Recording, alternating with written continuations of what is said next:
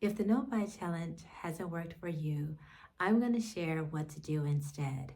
I know I've tried and I've failed at the no buy challenge, and I'm here to tell you it felt like I failed because I love my $5 latte. I love a lavender latte, y'all. And every time I would go through this challenge every year, I would fail. But I'm going to share with you how to not get frustrated and how you can do this successfully in 3 ways. The first way, the first thing I really want you to think about is that there is no one size fits all. There are no rules. So I want you to think about allowing yourself purchases, allowing yourself those small indulgences like a coffee, like a tea, or even like a seasonable wardrobe. Yes, you can allow yourself that because, for example, it's January. Happy New Year, by the way.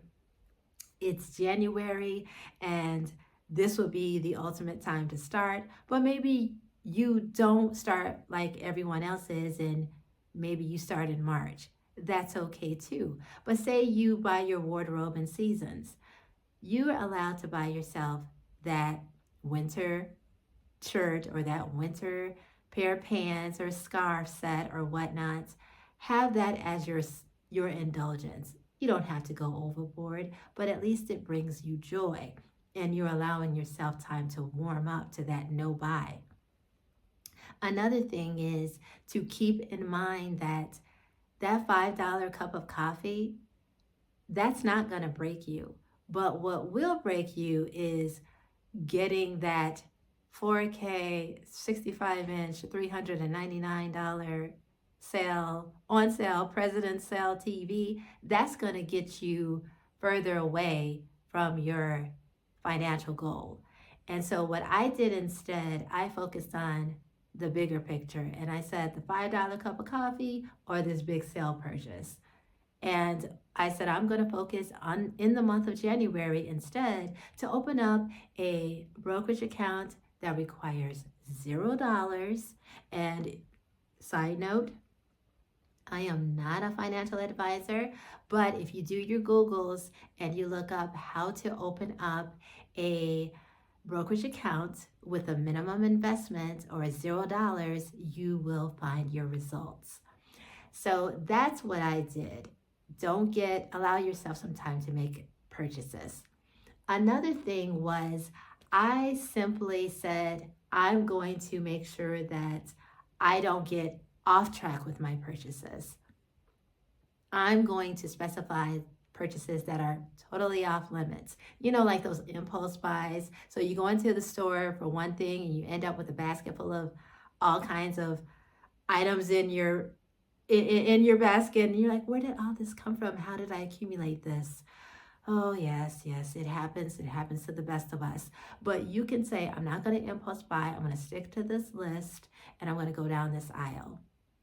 Go down each aisle of the store to make sure that you have every item on your list. And don't go to other parts of the store that will necessarily tempt you. Or even in your inbox, in your email, unsubscribe from those stores that will tempt you to say, oh my gosh, remember that shirt you were looking at? You know you want it.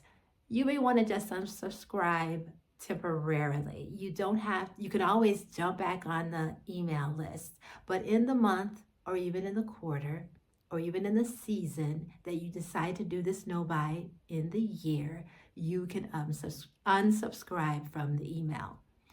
The third thing is you can consume sustainably. You can buy and consume sustainably.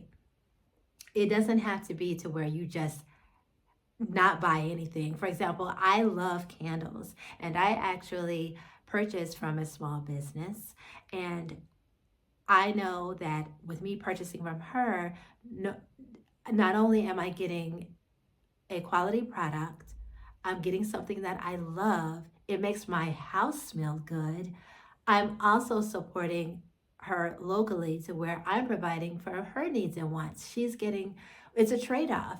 I'm supporting the community, I'm supporting small businesses, as well as finding joy in what I purchase. So you can definitely shop and consume with sustainability in mind, with the best intentions.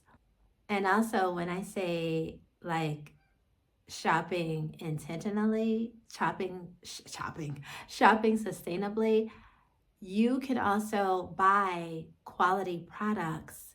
And when I say quality products, it doesn't necessarily mean higher price. Higher prices don't necessarily mean higher quality. So I'm saying such things that like library books. Instead of buying that full price book from a retailer, you can go head on and go to the library and check out the same book at no cost during your no buy season. Or you can go to again, shop locally, or you can even go to community free events in your area to not only get that sense of community, but also support your local community as well. So, whether you're looking to have a no buy year or simply aiming for sustainable spending, there are no rules. There are no rules to this. There's no right way of doing this. It's what is best for your goals and how you want your year to unfold to make it the best ever. Again, I want to say Happy New Year. And by the way, my name is Daria.